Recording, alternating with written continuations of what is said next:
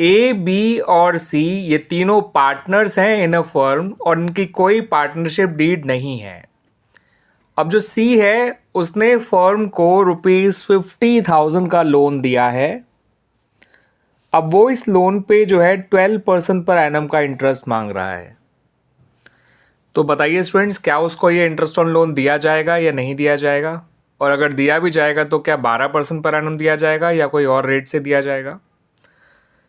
तो students, partnership deed तो है नहीं, तो ऐसे में हमें provisions of Indian partnership act 1932 को फॉलो करना है और उसके अकॉर्डिंग अगर पार्टनर ने फर्म को कोई लोन दिया है तो उस पर जो इंटरेस्ट दिया जाएगा वो at the rate 6% per annum दिया जाएगा।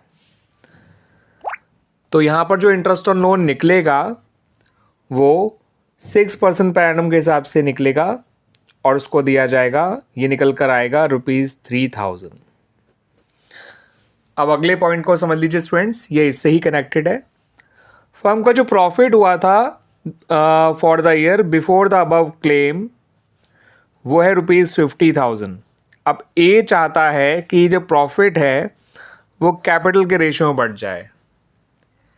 तो स्टूडेंट्स, यहाँ पर आपको ध्यान रखना है कि जब पार्टनरशिप डीड नहीं होती है तो पार्टनर्स जो प्रॉफिट होता है उसको आपस में जो है इक्वली शेयर किया करते हैं।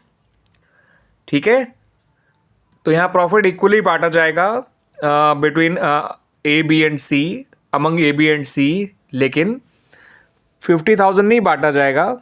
उसमें से जो इंटरेस्ट ऑन लोन सी का निकल कर आया था उसे हटा दीजिए, जो बचा ₹47,000 वो बांटा जाएगा इन तीनों में इक्वली।